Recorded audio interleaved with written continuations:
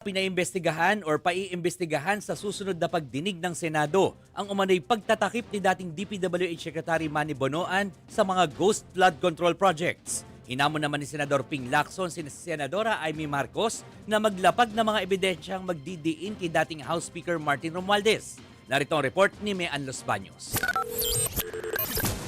Walang preno ang sunod-sunod na mga patutsyadang inilalabas ni Senator Amy Marcos sa kanyang social media tungkol sa 2026 national budget. Pag malalaki ang tipak, mahirap isilid, parang pork barrel. Kaya ang ginagawa, hinigiling.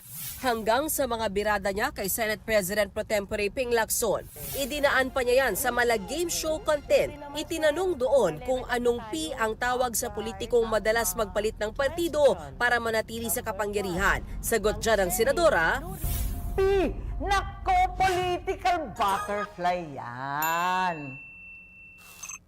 Mali.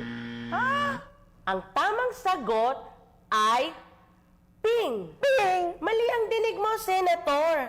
Ang sabi ko, pink. Diba? Nagpapalit-palit ng kulay, yellow, naging pink. White sa mga rally, pero yung pink, parang ganun din.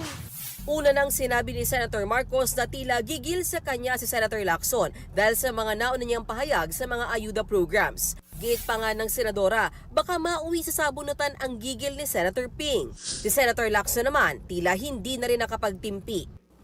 Magsabunutan daw kami. Yan ang reaksyon ni Senator Amy Marcos sa issue ng di umano ay pork barrel sa 2026 GAA. Hindi po piluka ang aking buhok. Idugtong ko na rin na walang peke sa mukha ko. Hindi rin pustiso ang ngipin ko. My teeth are all mine. Ulitin ko, walang peke sa anumang bahagi ng aking mukha. Dahil nabanggit ni Amy ang posibleng sabunutan nila ni Lacson, giit ni Senator Ping, baka iniisip ng senadora na bakla siya. Lalong hindi ako bakla. At yung iniisip ni Senator Amy na bakla ako, wala siyang maaring makita na macho dito sa mundo. Wala naman daw problema si Lacson sa mga homosexual. Idinidiin lang daw niya na lalaking-lalaki siya. I have nothing against homosexuals. It is their choice and I respect them for that. But as far as I'm concerned, kahit hindi ako kagwapuhan, para sa akin, masarap pa rin na maging tunay na lalaki. At tulad ni Tito Soto at Gringo Hunasan, macho din po ako, lalaking lalaki. Period. Dagdag pa ni Lacson, nakakagulo lang si Senator Marcos, lalo na sa pahayag na pinagbabawalan ng mga miyembro ng Blue Ribbon na iugnay sa flood control issue ang ilang opisyal ng gobyerno gaya ni dating Speaker Martin Romualdez. Well, nakakagulo, no? Hindi nakakatulong. Kasi unang-una, wala talagang pagpipigil o pagbabawal na ginagawa. Particularly ang chairman o sinong miyembro ng komite na nag-a-attend ng hearing. Sino kami para magbawal sa kasamahan namin? Hindi nga siya nag-a-attend, so paano niya masasabi na pinagbabawalan siya o sila?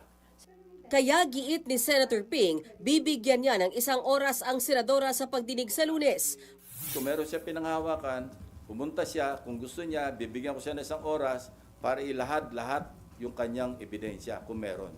Buwelta naman ng senadora, noong huli siyang pumunta, kahit 10 minutes daw, hindi siya pinagbigyan kahit pabinigyan na siya ng oras ni Senator Bato de la Rosa. Kaya giit niya, hindi niya kailangan ng 1 oras para magsabi ng totoo. Pero kulang na kulang daw ang 1 oras para magsinungaling. Balato na raw yan ng senadora sa kanila. Dagdag pa ni Senator Amy, wala naman siyang sinabing bakla si Senator Lacson. Wala rin daw masama sa pagiging bakla at wala ring masama kung may gustong ipabago sa sarili ang isang tao. Dagdag pa ng senadora, nasa tao na lang daw yan kung may gusto ba siyang ipagawa sa kanyang katawan at kung gusto niya bang sirain ang kanyang mukha, pangalan at dignidad. Parehas daw na tanong dyan ay magkano? Hindi pa sinasagot ng senadora ang iba pang issue. Sa darating na Lunes, January 19, ipagpapatuloy ng Senate Blue Ribbon Committee ang pagdinig nito kaugnay sa maanumalyang flood control projects at panawagan ni Senator Lacson, pwedeng dumalo sa hearing si Senator Amy Marcos at bibigyan daw siya ng sapat na panahon para ilatag ang kanyang mga ambag na ebidensya. Ayon din kay Lacson, kabilang sa tatalakayin sa Lunes na pagdinig ang ulat na nakabili umano si dating Speaker Martin Romualdez ng bahay at lupa sa isang mamahaling subdivision sa Makati City kung saan front umano niya ang mga diskaya. If verified to be true, this could possibly establish a direct connection between the former speaker and the Diskayas.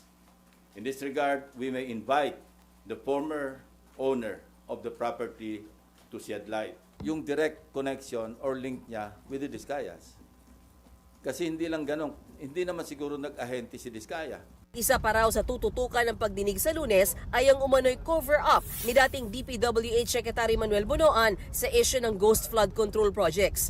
Napag-alaman daw kasi ni Lacson na nagsumiti si Bonoan sa Malacanang ng mali-maling grid coordinates ng mga flood control projects sa maraming lugar sa bansa para iligaw at sirain ang kredibilidad ng sumbong sa Pangulo. Isipin mo, sumbong sa Pangulo, niloko niya pa. Sa cover up pa lang, no?